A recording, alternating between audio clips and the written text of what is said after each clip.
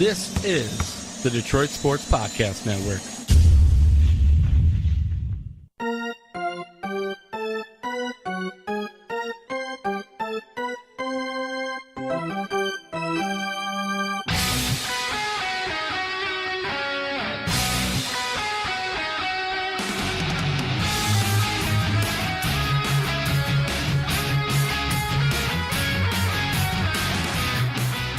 And welcome to the latest, the freshest edition of Tigers Talk with Chirco and Company. I am your host, Vito Geronimo Chirco, along to my usual sidekick and broadcast partner and fun. That is the Doc from Doc and Jack, John Charles Macaroon.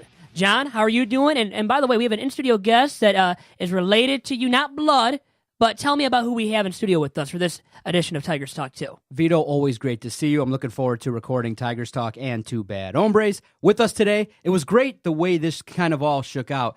Kevin is married to my first cousin, Laura. He's a great guy, really good on the poker table, kind of a hustler too, kind of quiet, but then all of a sudden he shoves all his chips in, and blind, you're like, wait a minute, this guy's not no sucker. He knows what he's doing. And so I kind of got a chance to sit and play poker with him, get to know him, and over the years, he's a real great guy, a real great addition to the family. Kevin Manglos is here, and we had a gathering, and obviously everyone in the family knows that I do podcasts, and he came up and he was like, yeah, ask questions, was very curious about what I do. Mm-hmm. And so I'm like, okay, this guy's obviously going to want to come in. And so when I told him, his face lit up and he was super excited. And that's all you can ask for, is that if somebody's passionate about something, I have the opportunity anytime for a family member to come talk sports. Welcome, Kevin. Thank you for joining us. Hey, thanks for having me, guys. And thank you again for that warm introduction. Too kind. Good on the poker table, or maybe drunk on the poker table. But I'm Irish, so that's okay. And that was a really accurate depiction that John said. Like, I was really into it, wanted to ask him a bunch of questions. I really admire these guys for what they're doing out there. They're really following a passion, and in life, you're following a passion. You're on a good path. So thanks for having me. Yeah, and Kevin listens to podcasts outside of Detroit sports and things like that. What podcast do you like? Well, so up there with Detroit Sports Podcast, I also am a big fan of the Drew and Mike podcast. Mm-hmm. So I'm listening to that a lot. I do listen to some of the true crime, kind of go through on Google Play, which is where Drew and Mike was. Mm-hmm. I should say Stitcher, but yeah, Stitcher was introduced to me because after our conversation, you were like, "Are you on Stitcher? Do you have Stitcher?" And I said, "I don't have this Stitcher." So I got Stitcher, and now I'm getting like, hey, we think you might like this, good recommendations. So I'll call myself, kind of still exploring, and it's really the wave of the future, and I couldn't be happier, like, with it. It's on my time. I listen when I want. Like, it's really great. And well, Kevin, glad to have you in studio. And this episode of Tigers Talk, by the way, is brought to you by the Detroit Sports Commission and Legacy Football. Now, it's a post-World Series edition of the podcast, and a somber one for me and many Tigers fans out there, because the Boston Red Sox won with Dave D leading the way, Dave Dombrowski, that is, for the Boston Red Sox, John. And it was despicable for me to see them celebrate and win the series this year in 5 games, Doc. I'm so glad you brought that up, and I'm glad we're starting the podcast talking about this, because, when the Boston Red Sox won, all over Twitter, all over social media, what you saw was a bunch of Tiger fans, saluting Boston because there were so many former Tigers on that roster. And I'm like, you know what? I'm not giving kudos to them. Are you kidding me? They were here, and they didn't bring us the goods. So I'm not going to congratulate J.D. Martinez, Rick Porcello, David Price, and especially not Dave Dombrowski. They're not part of the Tigers anymore. Now, do I wish ill will on them? Of course not. But all this praise that I saw online really upset me. It's like, look, we have a team now in Detroit. They're rebuilding. These guys moved on. Some were traded. Dave Dombrowski obviously unceremoniously fired. And I say to myself, why is everybody showering the Boston Red Sox with love? They're your biggest competitor, and they're a team that's going to be around for so long. Am I being a little bit harsh, or do you say to yourself, well, you know what, be a little bit of a nicer guy and salute the team that just won the World Series? Well, I would say this, with Boston winning of all teams, I would say you don't have to salute them at all, because they beat the Tigers in 2013. And remember, I think it prevented the Tigers from their best shot at winning the World Series in 2013 when that victory happened for the Bo Sox in the 2013 ALCS. So for me, I'm somber and I'm disappointed that the Boston Red Sox win it. Of all the teams that could have won it this year, and they had a great season, so much respect. We have to pay our respects to them because they had a great quality ball club all season long, best team from day one. But for me, yeah, I can see where you wouldn't like the Boston Red Sox winning, and a lot of Tigers fans going out on Twitter and just praising these guys now for winning. I wasn't congratulating these guys because I was disappointed, Kevin. I mean, how did you feel about that, by the way? I was extremely disappointed. I sat back and thought, and what it brings to me is, after Verlander getting his last year, and now we got all these guys on Boston getting theirs. What a wasted opportunity. The Ausmus reign, that Ilitch loyalty to, a losing situation. If Leland was here, how many titles do we have? I think we're definitely in the running. So it's extremely disappointing to me. And not to mention, what's with Boston? New title town. I know they are new title town. They really are. The Patriots and now baseball. 4 in the last 15 years. I mean, they went a long stretch there without one, but boy, they're sure making up for lost time, and I find it extremely disappointing. I agree with you guys spot on. And Kevin Vito, what upsets me is that Boston basically took the Tigers' recipe and made it their own and actually got the success. You had a big payroll, you had great starting pitching, you had a big bopper in a bat in J.D. Martinez, you had Dave Dombrowski go out and hire a first-year manager, and Alex Cora all of a sudden is the talk of the town. And what happened in Brad Ausmus's first year? He got out-coached by Buck Showalter and the Baltimore Orioles, and everybody was like, whoa, you guys didn't perform well at all that first series.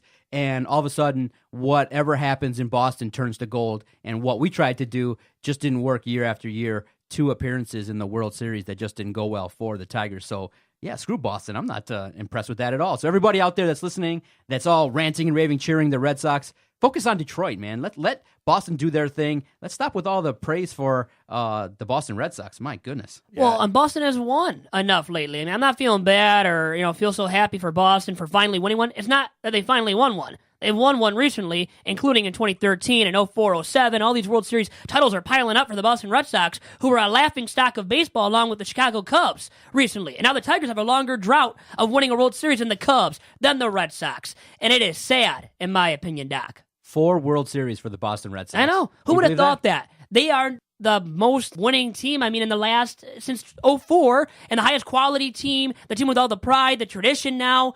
They're becoming that club that everybody wants to become and that everybody's modeling themselves after. And the Red Sox do have a good blueprint to follow. They really do, because they have the good farm system, guys that came up through the farm system, and then they added free agents. They got David Price. They got J.D. Martinez. All of these guys to supplement what Mookie Betts does, Xander Bogaerts, and other youngsters on their ball club, and that's why they ended up winning. And Chris Ilitch as well in a trade. So shrewd moves, via trades, free agency, and big money spent as well, along with growing the farm system. And that's why the Red Sox have become this team that could become dynastic too, like the Patriots did in New England. And what was fascinating is a guy that was just traded to the Red Sox, Steve Pearce, wins the MVP. I know. Are you kidding me? He gets hot. And you look at it and you go, sometimes an organization needs a player to just kind of be that unsung hero to take it down. And you got to give credit, though.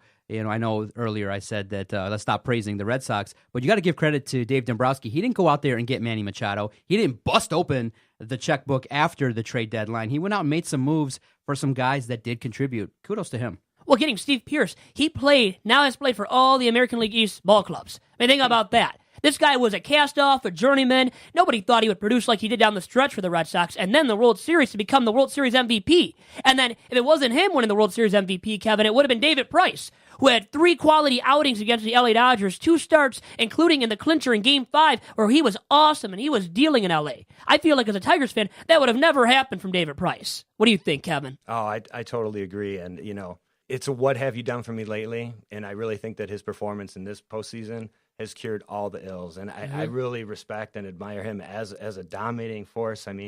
This guy has been around here since 2012 now, a former Cy Young winner, many appearances in the postseason, kind of shook the monkey off his back, and kudos to him and good for him. And again, I just think that speaks to the ineffectivity of Detroit management, When we look back at these times, and who knows who wins the World Series next year, but potentially we got another, Boston constructed with Detroit players team.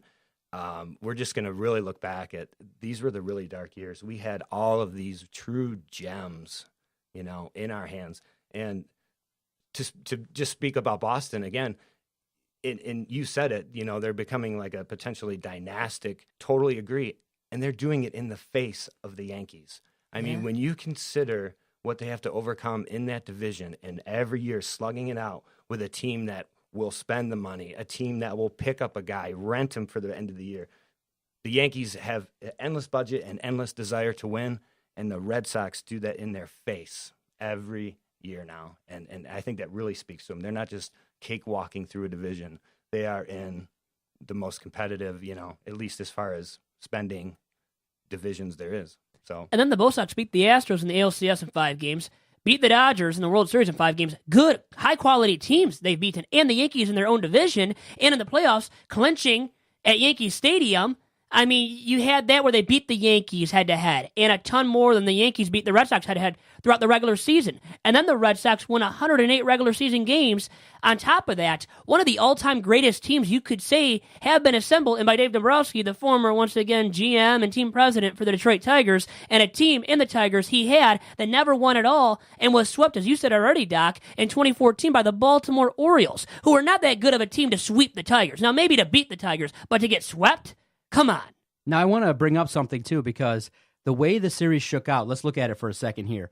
Boston wins 2 at home. They're riding high, and then you get that great epic performance where it goes 18 innings, and the Dodgers make it 2-1. Now you go to Game 4, and you have a 4-0 lead. And I think right there, the sentinel moment, it's great. Give kudos to the Dodgers for clawing their way back, getting that third game. Now you have Game 4, you have momentum, and you have Rich Hill. And this is something the president even mentioned. And so I respect the president for it. I know that you had kind of put out there your thoughts about maybe the president of the United States taking time away from his job to potentially address this. But I think he's like a fan, and he has the pulpit to be able to address what happened. I think that Dave Roberts from the Dodgers made a critical mistake and overmanaged in Game 4. When you got Rich Hill dealing like that, and you have a bullpen that's not really heralded, and you go out there and you pull him out without him giving up a run, I think it's a major mistake, especially with what that bullpen was not capable of doing. That bullpen for the Dodgers was a weakness of that team, and anytime they were called upon, they really didn't do a great job.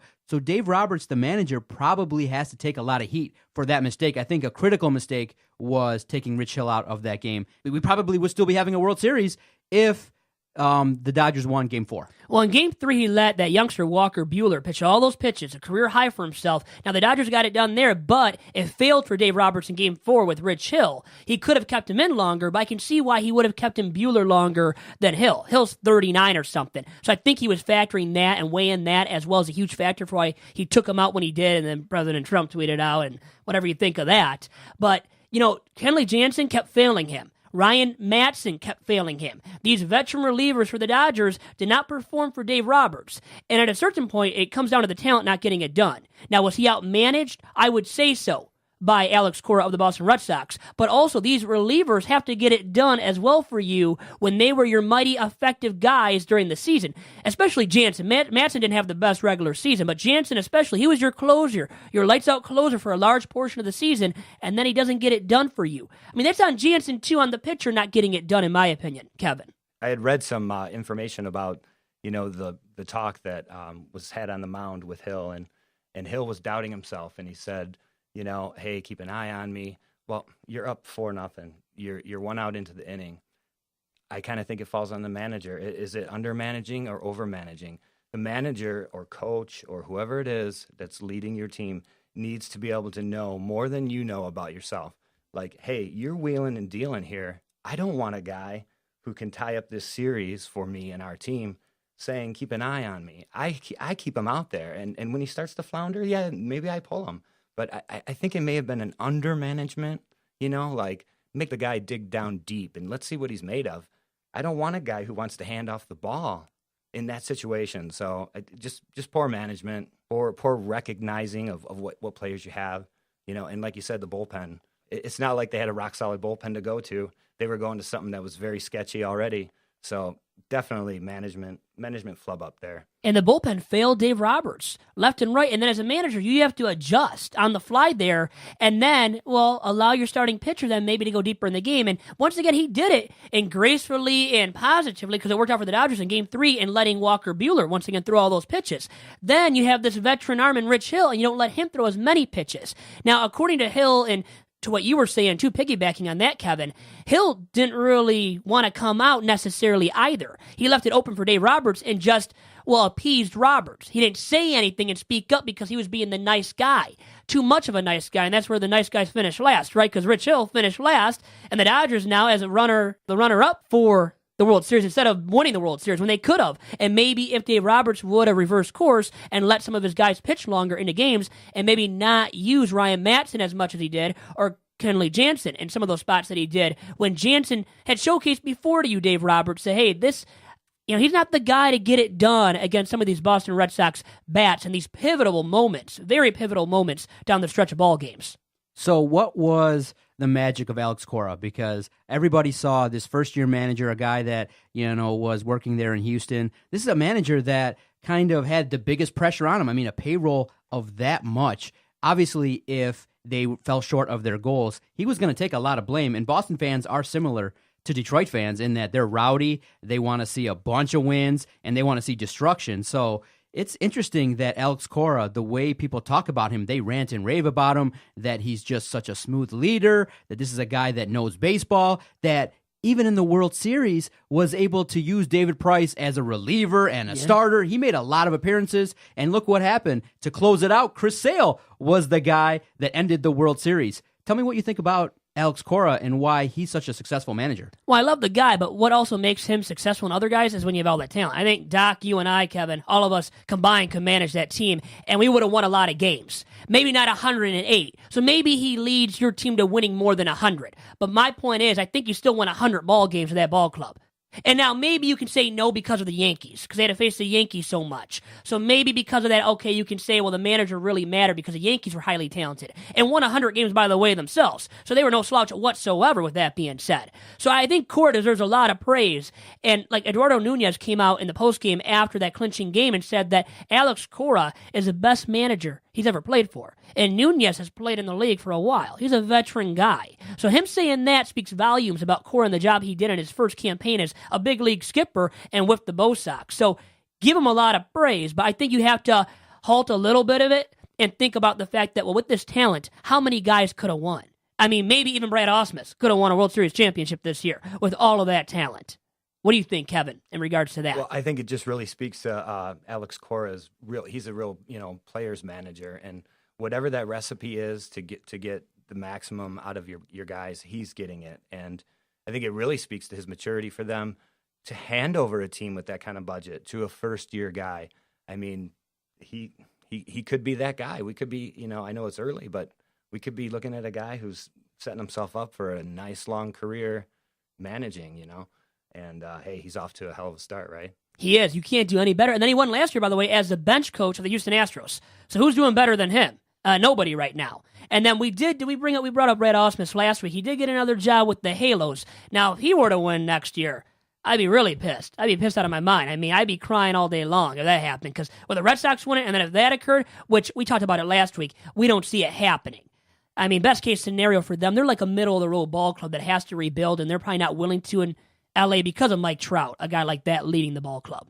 So before we take our first time out, we have to ask and discuss it, because when you see a collection of talent that Boston assembled and you see the management, the quality management that's out there in Dave Dombrowski, did the Tigers, now looking back at it, did they pull the plug too soon? Because for me, I obviously said, and I made the conclusion on several podcasts, and I said, you know what, close the window, move on. It doesn't look like this group of talent can do it. I mean, when you don't win with Scherzer, Porcello, David Price, and Verlander, I mean, the level of pitching that you had, you don't win with that, it lends you to go, wow, how long can the Tigers sustain that level of spending without getting the World Series? Because when you spend $200 million and you don't make the World Series, you don't get the extra gates, you don't get the extra fans, it's really hard on the bottom line. But you look at it and you say, well, if the Tigers organization, led by the Ilitches, who have a lot of money, if they kept spending maybe $200 million for 3-4 more years, do you think the Tigers maybe pulled the plug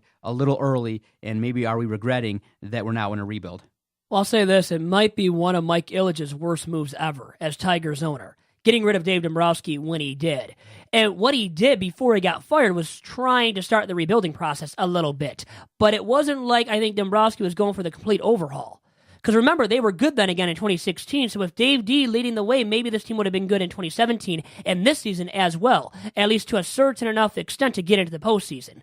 Now, the American League was stacked this year. So even though I just said that about Dave D and his powers and what he could have done with the Tigers, running the show still, this Tigers team probably still wouldn't have amounted to a playoff team because of all the great ball clubs in the American League this season. And I kind of think as a Debbie Downer about the Tigers that they wouldn't have won with all these guys this year too.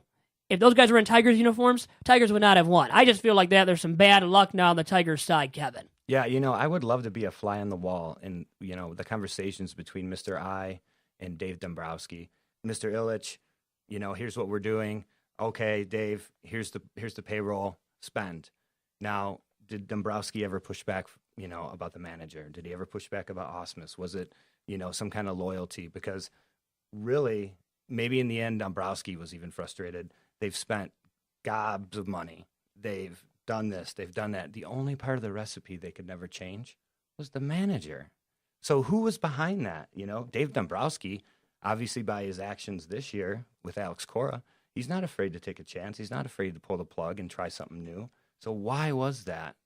All these other elements were allowed to be changed, endless amount of payroll, but the manager was the constant. Yeah, loyalty, too much loyalty there. And I think Mike I wanted Ausmus gone, and he wanted Leland back as manager. Leland didn't want the job. That was the big rumor, remember, a couple of years ago. And that's why I guess Ausmus wasn't ousted when he could have been before he was fired. So that's my synopsis or, my theory about that, Doc. What do you think? One of the sentinel moments is you got to remember that the series in which Boston came back, you're right there. And then you go and you have a situation in which you go to a first-year manager. I think that's probably the biggest mistake that they made is that when you have that talent, and Dave Dombrowski believed in Brad Ausmus, and that's fine. I can understand why you want to do that. A young, bright manager, he looks around the league, he sees St. Louis do it with Matheny. They obviously see a lot of situations in which young managers relate to these players. But for the Tigers, in that situation, I think Brad Ausmus wasn't the right guy at that time for that team. You got to find, if you can just do anything to get Leland to stay one more year or bring on a La Russa, somebody that understands baseball and maybe just a one-year manager just to say, hey, in 14-15, we got to go all in. This is it. This is the last opportunity. When you have Brad Ausmus run a team that is poised to win a World Series as a first-year manager, it just was the beginning of the end. And that was probably the biggest mistake that was made, was hiring Brad Ausmus. Well, I get why he went out on a limb, though, because he kind of did with Alex Cora, but Alex Cora at least had the 1 year as a bench coach with the Astros who won it all. So that was even a sexier option than Brad was. But remember, Brad Ausmus, sexy looks maybe, but also realistically a sexy option to be the Tigers manager. It just didn't work out. And the thing is, for me, they had too long of a leash for him. They should have ousted him. I didn't mind the hire. I thought it was all right, but when they let him manage as many years as he did, that was where they made their major mistake, in my opinion. One additional point, and the big difference between Cora and Ausmus was, like you said, Cora had just won the World Series as a bench coach. As a coach, actually. And so, yeah. Brad Ausmus, the most he had done was manage a team in Israel. Yeah, so, which, there's no Major League Baseball talent there. That's not getting into the postseason deep. That's not making quality decisions late in moments. That's not being in the fire. Remember that Houston series when they won the World Series? Alex Cora's sitting there watching everything, all the decisions that are made about using the pitchers and when to take batters in and out versus the Dodgers. So he had experience versus the club that he had a history of defeating. So I think that just when you go back in the history of time, Brad Ausmus, we'll see how he does now in California, but I just think that at that time, that move will be definitely criticized by a lot of people. You had to go out there and get experience. The best manager that you could find, a bench coach that maybe won the World Series, somebody in that era from Boston, the Yankees, somebody that had experience handling tough situations in the playoffs. And I think that's where everything went astray for the Tigers. Maybe Ron Gardenhire, the current Tigers manager, should have been the guy back when Ausmus was hired. Remember, people had spoke about Gardenhire being hired. Remember, though, with Gardy, he had all the great years with the Twins back in the day, though. He had a lot of losing seasons towards the end and never had playoff success with the Twins. They barely even made it out of the first round with him as the Twin skipper. So, Kevin, do you remember that and Gardy being a candidate? And what do you think about, in retrospect, maybe Gardy, haven't been the guy to hire? Yeah, I do remember that, and I remember it being like a slam dunk, right? Like, hey, we're gonna get Gardenhire. I think he was kind of ran out on a rail after his time in Minnesota. Mm-hmm. He had some mild success, and they kind of got tired of his routine. But I definitely think he is a step in the right direction. Obviously, I kind of like that old school guy. Maybe not as gruff as Leland, but a little more passionate and with more know-how than Ausmus. my biggest problem with Ausmus, and it's not kill Ausmus Day or kick Ausmus, but I just felt he lacked passion. He seemed like a really nice guy and everything, and that's all well and good, but where was the passion? And towards the end there, I remember it. The season before he was cut loose, he did have a moment where he came out of the dugout, and I was kind of like, where's this guy been? Yeah, really. We needed that. The ship is taking on water. So where were you before? But I think they're heading in the right direction with Gardenhire, and we'll see what he can do. He's kind of got a mixed bag of players right now, and hopefully him and Avila can straighten it out. And we'll see what they add, because it looks like they're not going to add much of significance to the Major League roster going into 2019 when they don't expect to win again. So I get that, why they wouldn't spend big dollars. I just hope when it comes to time to win again, when they're relevant again, maybe in 2020, that they start spending the money again. Okay, that's going to be huge for me to see how Chris I handles that situation. Then we can officially judge Chris Ilitch as Tigers owner, if he still is here as Tigers owner. Okay, Vito, time for our first timeout. We'll come back in the second half of the podcast. We got to look at the Tigers' latest 40-man roster moves, the Ilitch organization possibly changing the way they deliver content to the fans of Detroit. And also Evan Woodbury and his article from MLive.com. Yep, Evan from MLive. I definitely am looking forward to talking about that in the second half of the podcast. You're listening to Tigers Talk on the Detroit Sports Podcast Network. And Doc, two of our finest sponsors at the Detroit Sports Podcast Network are Legacy Football and the Detroit Sports Commission. And first and foremost, our newest sponsor, let's give some love to the Legacy Football Organization, which was founded in 2009. And Legacy is the premier offseason development program in the state of Michigan, in the Midwest, and in the entire country. And the Legacy Football program provides unique platforms for student athletes on and off the field in community service, social awareness, education, and football. And it is staffed by many notable former NFL players, including former MSU All-American and a guest on Two Bad Hombres in the past, in Greg Jones. And to find out more info about Legacy Football and all the events they are planning and that are coming up this year and next year, please contact National Director of Football, Justin Sasante, or go to legacyfootballorg.com. And then also the Detroit Sports Commission, which was founded in 2001, also one of our finest sponsors here at the DSP Network. And the Detroit Sports Commission has been bringing tons and tons of marquee events to the Metro Detroit area since 2001, including the Zenith Prep Kickoff Classic, an event, as Doc knows, that I've worked in the past and hope to continue working for the Detroit Sports Commission.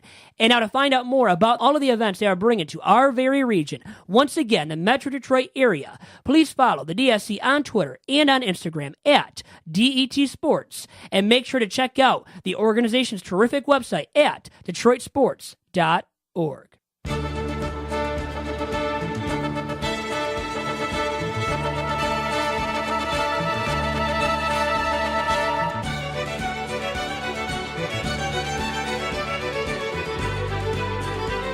And welcome back on Tigers Talk. I'm your host, Vito Geronimo Chirco. We got the Doc. We've got Kevin in here, his cousin's husband. And Kevin, a pleasure having you along for the ride once again. And great insight from you in the first half of this week's podcast. Thanks again for having me, guys. It's really great just sitting around talking sports, man. And now we can dive into some Tigers talk here more, because really we didn't cover anything Tigers related too much besides for killing Brad Ausmus, the former Tigers skipper, which we love doing here on Tigers Talk. But anyways, how about the latest 40-man roster moves made by Al Avila and company, the Tigers front office, and some ones that were obvious, like Jose Iglesias officially becoming a free agent, Miguel Cabrera being officially reinstated from the 60-day DL, so he's back on the 40-man roster, and we knew that would be the case with this hefty contract, all that money the Tigers owe him until 2023. And then we saw Artie Lewicki, our man Artie, a guy that I've made fun of, I can admit that, who was claimed off waivers by the Arizona Diamondbacks. So all of these latest transactions, 40-man roster moves being made by the Tigers as they enter free agency, Doc. Yeah, El Avila had said that obviously the deconstruction is going to continue. Obviously, Jose Iglesias, Victor Martinez, no longer part of the organization, but I say you look at these moves like, yawn a little bit. Not real impactful. I don't think nobody's going to be clamoring, calling us up, tweeting us. Artie Lewicki's not on the team anymore. Yeah, nobody cares about that. It's gone. So these are moves that obviously low-key, and obviously now in the offseason, it's very important that Al Avila figure out who's going to be a contributing member of this team in 2019, because 64 wins the last couple years. It's probably going to get a lot worse in the coming years. Oh, well, yeah, I mean, definitely coming into 2019 because once again, you reflect on the fact they're not going to be willing to spend big bucks to upgrade the roster. And the rotation could use it a little bit, maybe not as much as the bullpen, but the bullpen still is a huge issue, Kevin. And then their lineup, 1 through 9, I mean, what do you have in the outfield? Victor Reyes, Jacoby Jones, guys that can't hit to save their lives, honestly. Yeah, a lot of offensive liabilities out there, and obviously I agree, they're not going to spend the money. What direction are they headed?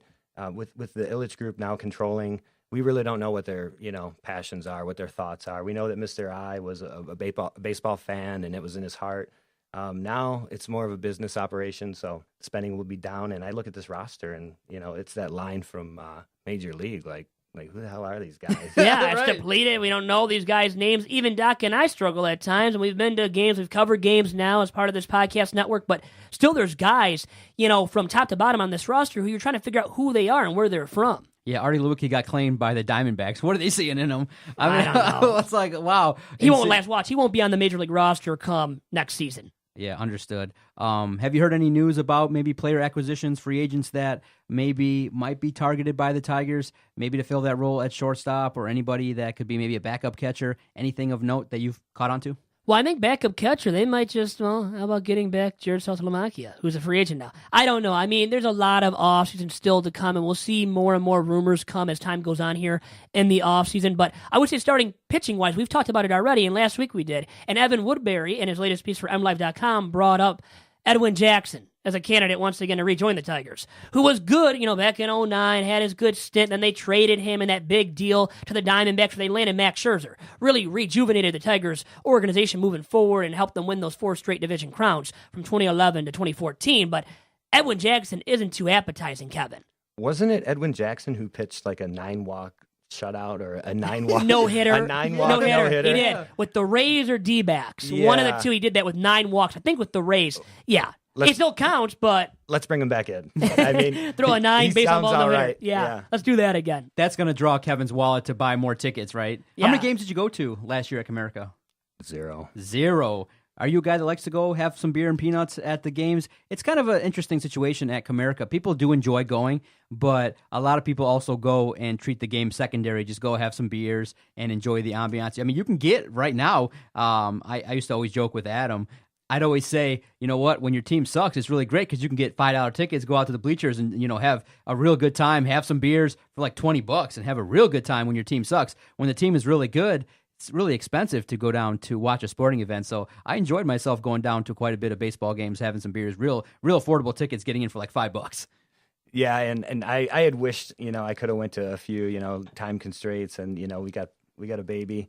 But yeah, if the product was a little better, it probably would bring me down there a little more. All right, maybe May and April, all 3 of us will go down. We'll go to a game. Let's go make that happen. Right, before it's over. Exactly. So yeah, if they're good or not, we'll still be somewhat in doubt. I'll have to give Laura a call and tell her, look, Kevin's got to get away a little bit more. He does watch fantasy football and watch football on Sundays, but he's got to go a couple times a week and watch baseball at Comerica with the doc. You think he could write me a script? Yeah. I mean, we'll be in make business. It sound good. Make it look good. The doc can make that happen. Now, what do you think the Tigers should do in this offseason coming up here? Now, you said catcher, backup catcher. Yeah, everybody's saying that, and a shortstop because Iglesias is gone, but there's not a lot of appetizing options that the Tigers are probably willing to spend on to get here in Motown. So what do they do, and what do they need to do for sure, Doc? And I think something that Ron Gardenhire had said is that he's kind of looking at the landscape of the organization, and he's seeing the level of talent, and he wants more hitters, more contact hitters. And so that's obviously a situation at shortstop and at catcher. You want a little bit more of a contribution.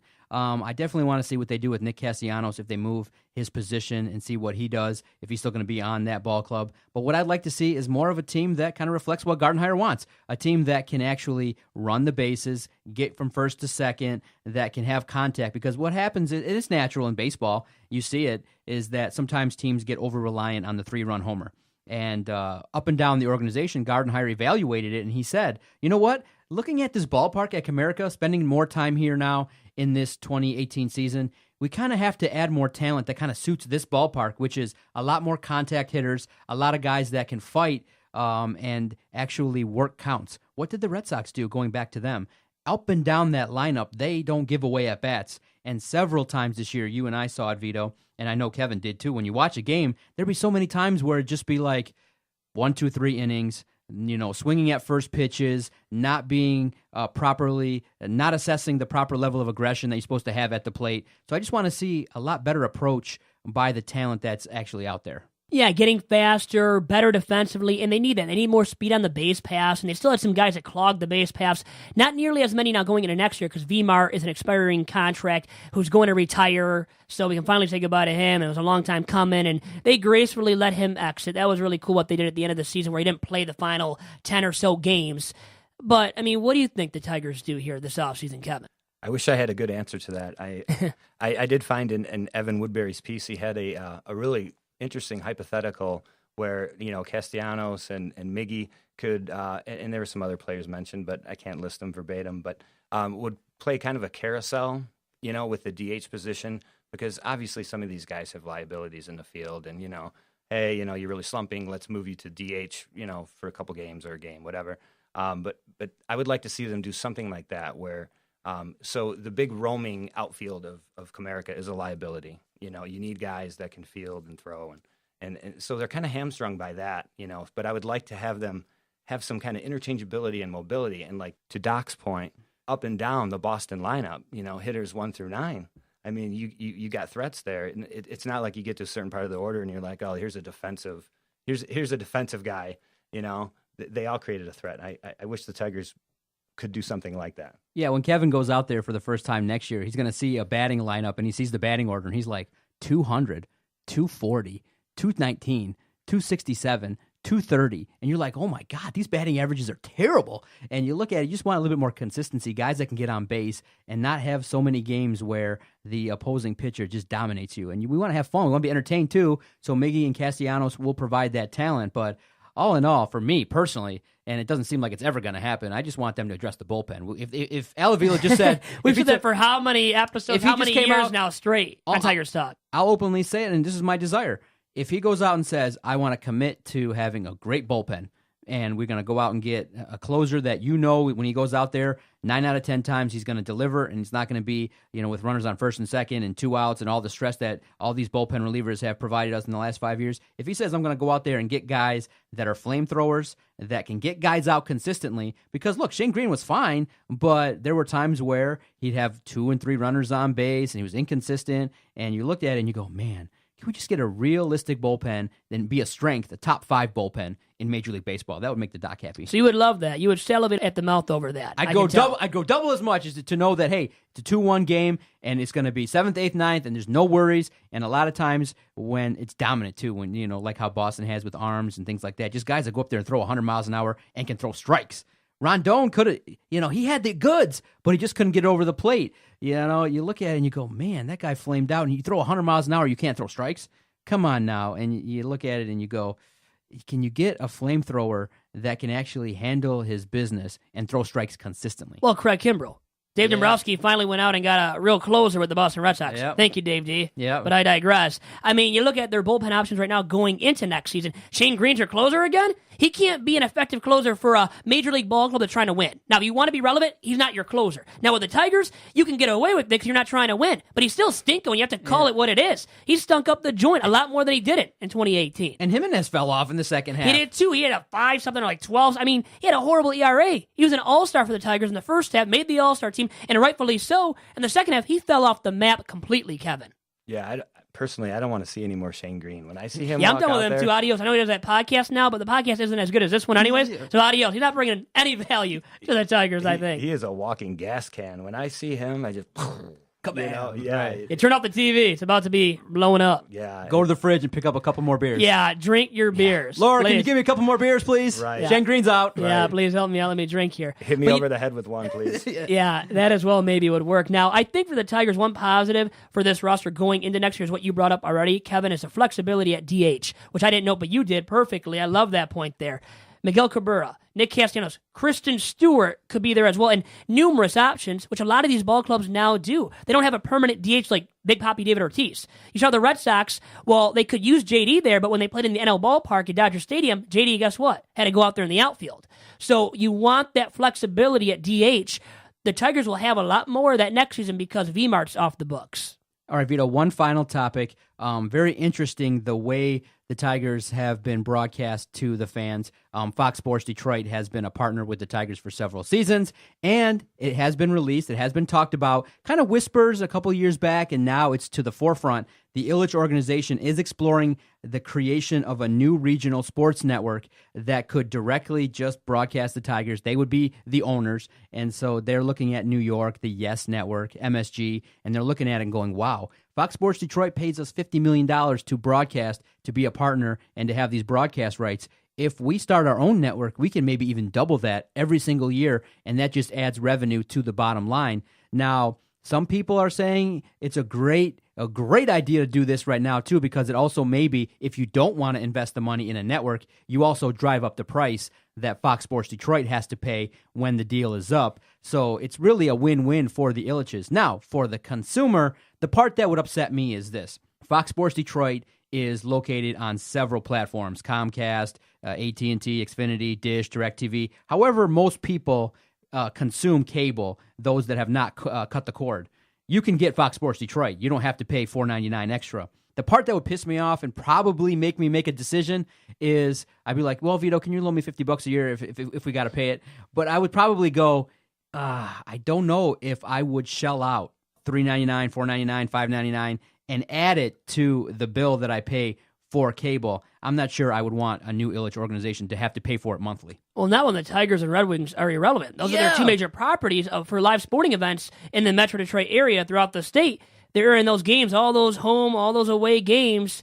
Yeah, nobody's tuning in right now because those teams stink. Kevin, what do you think? Yeah, I think the product needs to improve. It may be a little bit of a half-baked scheme right now. I mean, you want people to join up. And one interesting thing I did read, though, to John's point, so Fox Sports has to be divested. There was a merger between Disney and 21st Century Fox. So this contract is up with Fox Sports in 2021. So, and I think there's a lot of moving parts, as we talked about the Ilitch, controlling group now. Are they threatening this? Like, hey, we thought about doing this to drive up the price for the next potential suitor, or are they trying to make the package more attractive for a suitor to buy the whole team in the organization?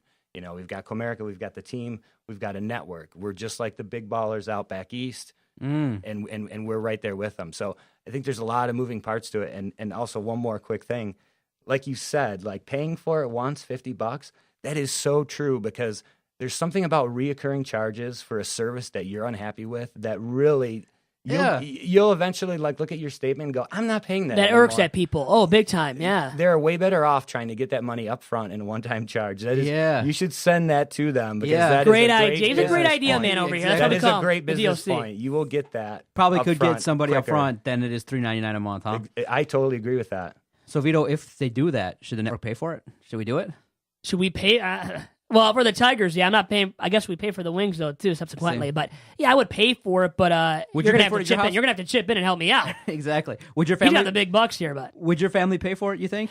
probably not by themselves. I would have to chip in and say, hey, Dad, I want to get this bad. But my dad loves the Tigers, too. But it was tough for him watching last year, too, and for everybody that's a Tigers fan. And I think it's a ploy ultimately to get more dollars out of FSD. Chris Ilitch is a businessman, maybe even more than his dad, because his dad didn't care about losing money. He's all about making money. So I think it's more about that for Chris I than winning ball games, and for sure right now, obviously. But I think he's more of a guy with the mindset of making money than his dad even, who made a lot of money over the years. But his dad what was he really caring about? Winning at the end of the day. The bottom line for Chris I is the bottom line. How much money he's making, and making more than he's losing. So I think that's a ploy to get more dollars out of Fox Sports Detroit. Now, I'm not exactly sure how I feel about this, but it kind of reveals to me that Kevin is not really a shady hustler, because none of you said either, you, Vito, or Kevin said, look, it's not going to make a big difference. We'll just pirate it anyway. We'll find somebody that has it. He will. Oh, yeah, no doubt about it. He will. I'll find a way, Roku stick, Amazon Prime. Someone will figure out a way to, stream it for free. So that's what I would do. So I'm getting that content. I don't care. However, I'm going to watch the Tigers. I might have to do some, Arabic connection kind of thing, but I'm getting that stuff for free. I'm not paying for it.